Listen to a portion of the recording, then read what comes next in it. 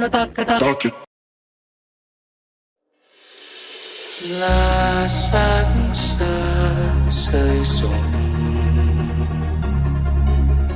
ôm nỗi sầu thầm lặng, hương sắc hoa sập hàng mặc kệ gió mây ngàn, rồi biết đi về đâu.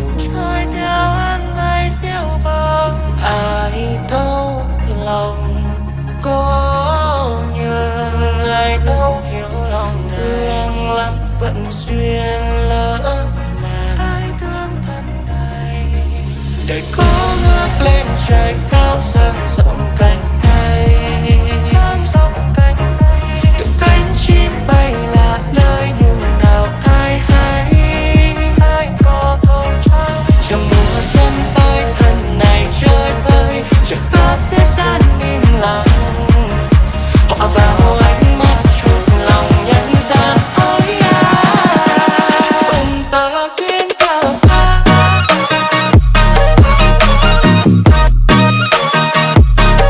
Duyên sao xa, phần tơ duyên sao xa. Phần tơ duyên sao xa.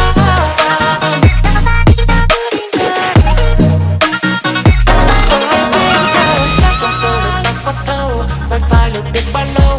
Ta cho một chuyến quá mau để tranh truyền ngập đau đầu. Con tim này ai dẫn lối, chỉ mong đừng vô vấp tôi. Tôi chưa phải giây bối rối hay nghĩ suy. Đừng để ta chơi và làm chi, dứt khoát đất chất đã rồi đi. Thôi dứt khoát biệt ly, buông đôi tay chấm mệt và đi. Khoan dung qua làm chi, vì đâm sau lưng mà không thấy gì. Để đổi lại một chút nhân nghĩa phong thế. Có ngước lên trời cao dang rộng cánh tay, từ cánh chim bay là lời nhưng nào ai hay. Ai có thấu trao chờ mùa xuân tới thân này chơi vơi, chờ khắp thế gian im lặng. Họ vào ánh mắt chuột lòng nhân gian ôi à, phần tơ duyên sao xa.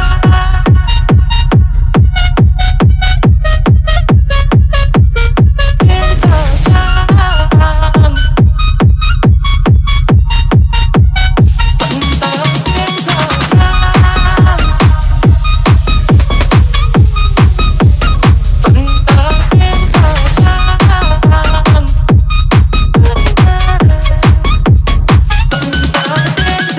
Mùa xuân tới thân này chơi vơi, chờ khắp thế gian im lặng.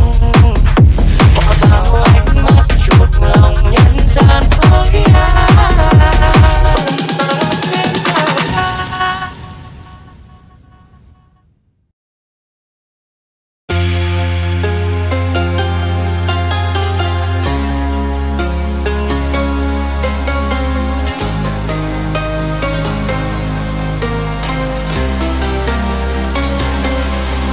I trace the cracks on the floor tonight.